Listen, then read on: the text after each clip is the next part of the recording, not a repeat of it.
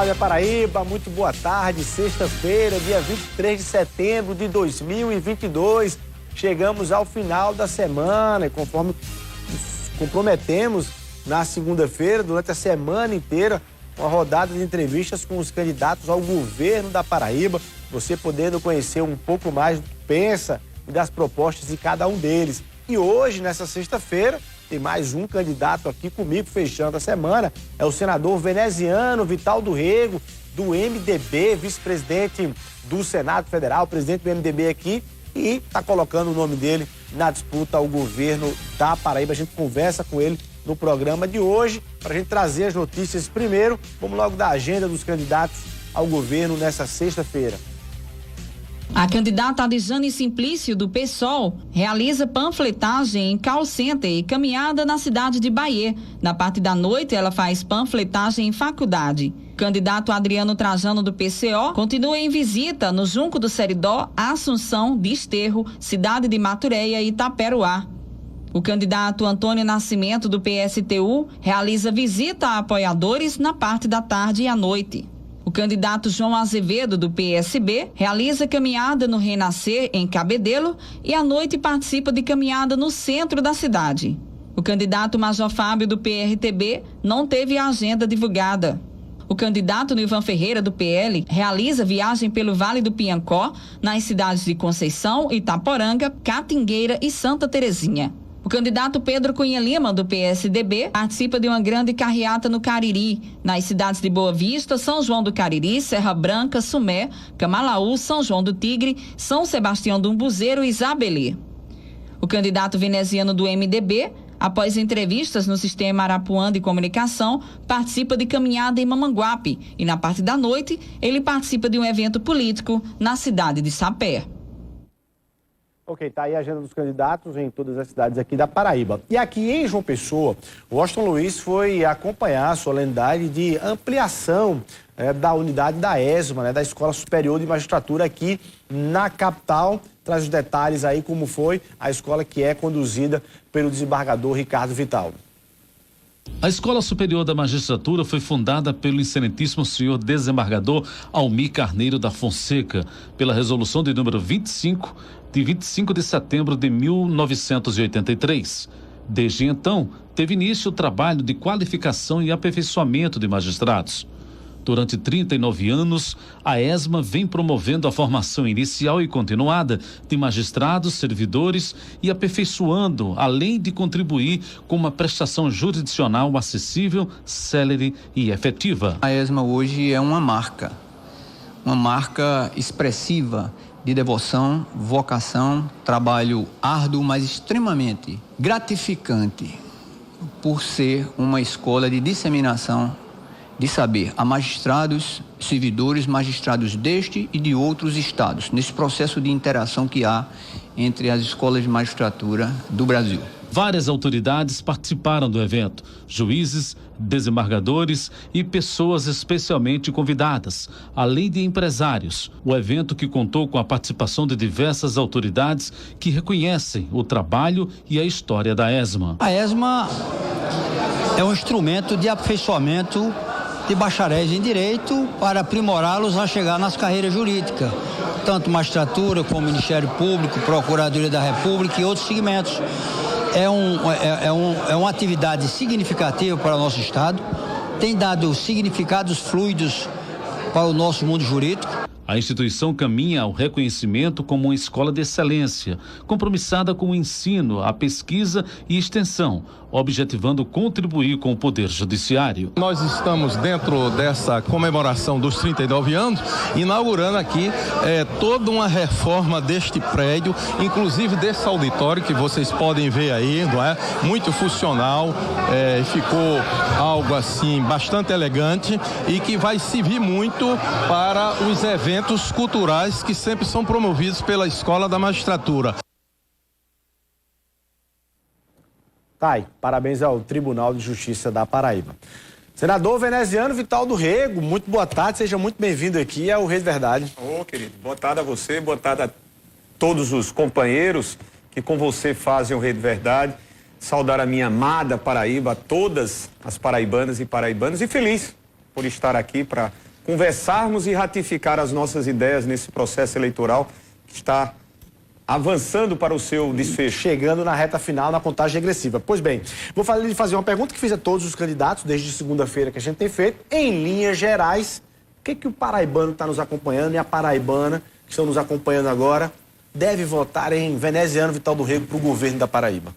Trabalho, ou seja, os paraibanos terão um trabalho efetivo, um trabalho que chegará às suas casas, modificando realidades com as quais, lamentavelmente, nós estamos a vivenciar. Ou seja, nós haveremos de ter um governo ágil, dinâmico, operoso, um governo que, tendo se comprometido, como eu tenho me comprometido, realizará, né, desconcentrando, descentralizando, fazendo com que os serviços públicos possam chegar com qualidade nas regiões aonde não existam ou se existem, não tem a qualidade de vida, como, por exemplo, na área de saúde. Os investimentos na infraestrutura hídrica, ainda há regiões que não têm, né, recebido de forma regular as águas, não apenas do São Francisco, mas também, por extensão, como é o caso do Curimataú, reforço para o Cariri. O compromisso que eu assumi ao lado do presidente Lula de levar para o Vale do Piancó o seu terceiro eixo. Nós haveremos de ser um governo, Luiz, pode ter por absoluta certeza que respeitará o servidor, que fará concursos, que investirá na segurança, nas forças de segurança, a partir do aumento do contingente da PM, que investirá para que a nossa economia, com parcerias, evidentemente, atraindo e criando um ambiente que efetivamente atraia investidores. Eu creio muito nessa capacidade que a Paraíba tem de desenvolver-se. É por isso que nós estamos, em razão de não termos assistido no período, na passagem de João Azevedo, essa realidade é que nós nos apresentamos como seu candidato ao governo do Estado.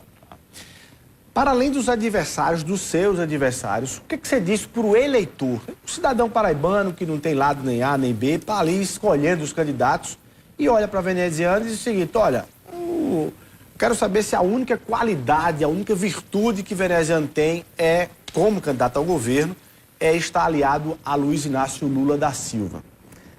Luiz, quem tem 30 anos de vida pública, passando como nós passamos, ou seja, acumulando experiência, ou seja, começando como vereador, buscando o apoio do eleitor campinense, sendo 2 vezes parlamentar municipal, depois conquistando o que para muitos poderia ser impossível, a condição de ser prefeito da nossa amada Rainha da Borborema por 2 vezes, tendo edificado mais de 3.000 obras que mudaram de fato, trazendo um rearejamento à vida do campinense. Quem teve a possibilidade e a experiência parlamentar como deputado federal e hoje responde no Senado da República, tendo colaborado, como é o nosso dever, com 223 municípios da Paraíba, através de ações que se espalham no território, chegando, portanto, a cada um e melhorando a condição de vida dos cidadãos, há motivos, há uma história. Quem for fazer essa necessária e criteriosa escolha daqui a 8 dias, faça observando e comparando. Por quê? Porque muitas das vezes, quando você tem um candidato que se apresenta com este ou com aquele compromisso, esse candidato, tendo tido anteriormente condições de realizar, não realizou. Eu fui testado, Luiz. Eu fui testado no parlamento, eu fui testado como gestor público, principalmente, e gestor público de uma cidade com as suas complexidades, como nossa amada Campina Grande. É por isso que eu trago essa confiança. Ter o apoio, a escolha do presidente Lula, que fez em torno de Veneziano para ser o seu candidato a governador, tendo dito mais uma vez, anteontem nós batíamos um papo lá em São Paulo, o presidente Lula ligava para mim na segunda noite e disse: Vené, tem como tu chegar aqui em São Paulo para que nós conversemos sobre estratégias dos últimos dias? E aí eu fui, evidentemente, e conversávamos durante um bom tempo. E ele gravava e dizia exatamente: eu preciso de Veneziano, porque sei que com Veneziano nós haveremos de ter uma Paraíba onde o Hospital de Trauma do Sertão será construído, uma Paraíba onde o arco metropolitano da capital haverá de sair do papel, porque João Azevedo prometeu e não fez. Afinal de contas, João Azevedo, das 10 promessas que faz, 7 não foram cumpridas, ou das 10 que prometeu, 7 não foram cumpridas. De levar a água para o Vale do Piancó, de poder mudar, de combater a fome, porque dos candidatos, você pode observar, você tem os candidatos de Bolsonaro, que não tem compromisso em combater a fome, né? Você tem um candidato do PL, do PSDB, que inclusive votou contra o Auxílio Brasil. Pedro votou contra o Auxílio Brasil, ou seja, votou contra você que muitas das vezes passa fome e não tem um prato de comer. E João Azevedo, que estando no governo, investiu menos de 30% no combate à fome. Então, além de ter um grande parceiro, um grande amigo, uma figura que gosta da gente, que tem essa intimidade, não é uma relação político-partidária tão somente, Luiz. Isso gera até aquela certa indisposição, poderíamos dizer, um certo ciúme daqueles que gostariam de ter a escolha do presidente e não tiveram, porque o presidente confia em veneziano. Agora, há uma história de veneziano. Veneziano tem um perfil e se caracterizou por coerência, por aquilo que assumidamente, ao dizer que vai fazer, realiza. Senador, eu não quero explorar nosso tempo com esse tema, mas só para aproveitar a sua ida lá em São Paulo com o ex-presidente Lula, qual é a estratégia que ele está tendo, como é que ele está olhando o cenário da disputa nacional, qual é a perspectiva que Lula tem hoje? É de ganhar no primeiro turno? Foi isso que ele lhe falou? Ele, muito pés ao chão.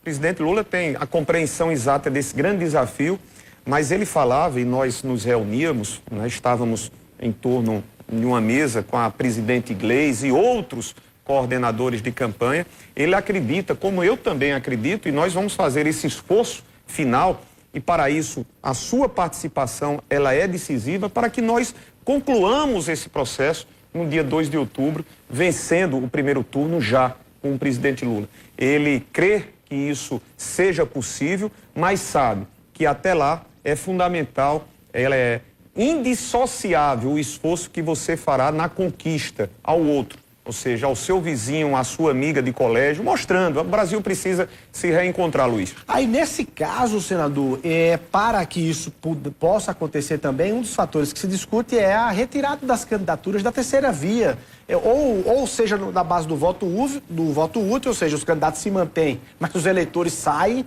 para votar em Lula, ou a retirada própria. E uma dessas retiradas desse debate recai sobre a senadora, sua colega de bancada, de partido, Simone Tebet, que é candidata a presidente da República.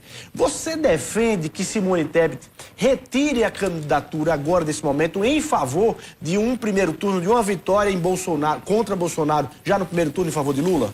Olha, Luiz, para não ser descortês, não sou deselegante, até em razão de todo esse processo ter sido encaminhado de maneira muito clara, muito cristalina.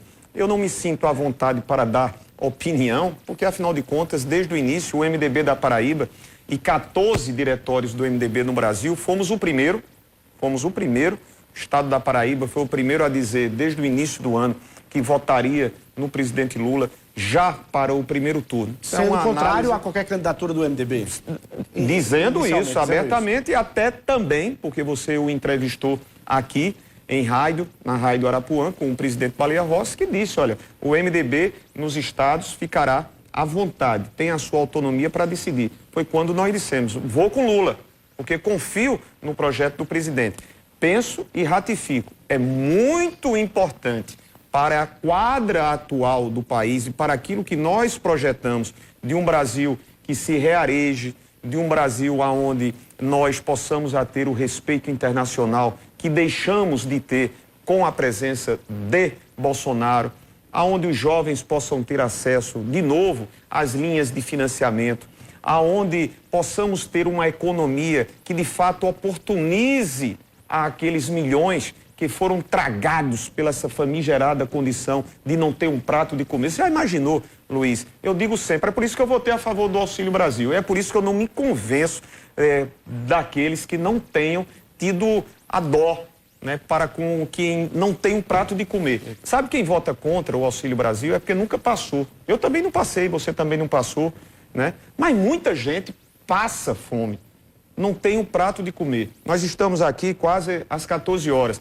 mas sabemos que daqui a pouco vamos fazer um lanche e tal. Então, essa realidade nos coloca a uma situação. Se a gente pode colaborar, pode participar e definir no primeiro turno, que assim o façamos. Mas aí nesse ponto, você defende então que Simone Tebet tire ou não tire? Não, aí não sou eu que defendo, eu estou Mas você tem opinião sobre isso? A minha opinião é de que nós devemos votar, nós como já votamos, conquistar um voto a mais sobre a responsabilidade que é do Brasil por inteiro, de poder ter aquele que de fato é a alternativa para o Brasil, o presidente Lula. Tá. Doutor, a gente hoje é dia 23 de setembro, estamos aí a menos de 10 dias, é isso, do pleito. Você acha que o eleitor paraibano conseguiu compreender a sua mensagem de como você saiu da base do governo João e agora é contra o governador João Azevedo nessa disputa? Claro, até porque o cidadão paraibano faz a leitura muito politizado. Existe a leitura política que é até de somenos importância quando o João Azevedo abandonou os seus aliados de 2018, fazendo as novas opções. Basta que você observe nessa composição que João Azevedo fez, inclusive com o próprio bolsonarismo, que está lá presente, agarrado com João Azevedo. Mas administrativamente, as pessoas me conhecem, sabem muito bem. Como é que Veneziano iria cruzar os braços, sentar numa cadeira, porque é senador da República, porque só vai disputar, ou só haveria de disputar daqui a 4 anos, e não se comprometer em defender e lutar para corrigir o erro que está posto ao nosso olhar, Luiz? Não. Aí as pessoas poderiam mais ver, né? Na oportunidade que você teve de participar, de oferecer o seu esforço, de oferecer a sua garra, de oferecer a sua história, de oferecer o que você sabe realizar como gestor público, você cruzou os braços, ficou em casa vendo a banda passar. Não, Luiz, não cabe em mim. A história não me perdoaria. Eu tive a oportunidade, em nome do MDB, do PT, ao lado dos nossos parceiros, de ser chamado pelo presidente Lula para representar esse projeto no Estado. E estou aqui com a confiança de quem sabe como fazer e a confiança de quem realizará. Tá. Você vai dizer agora quais são suas propostas para servidor público estadual, do ponto de vista de folha de pessoal, de valorização de reajuste. Mas vamos para um intervalo comercial. Quem quiser ouvir essa resposta e outras do senador, segura aí um minutinho e a gente já volta aqui no Rede Verdade.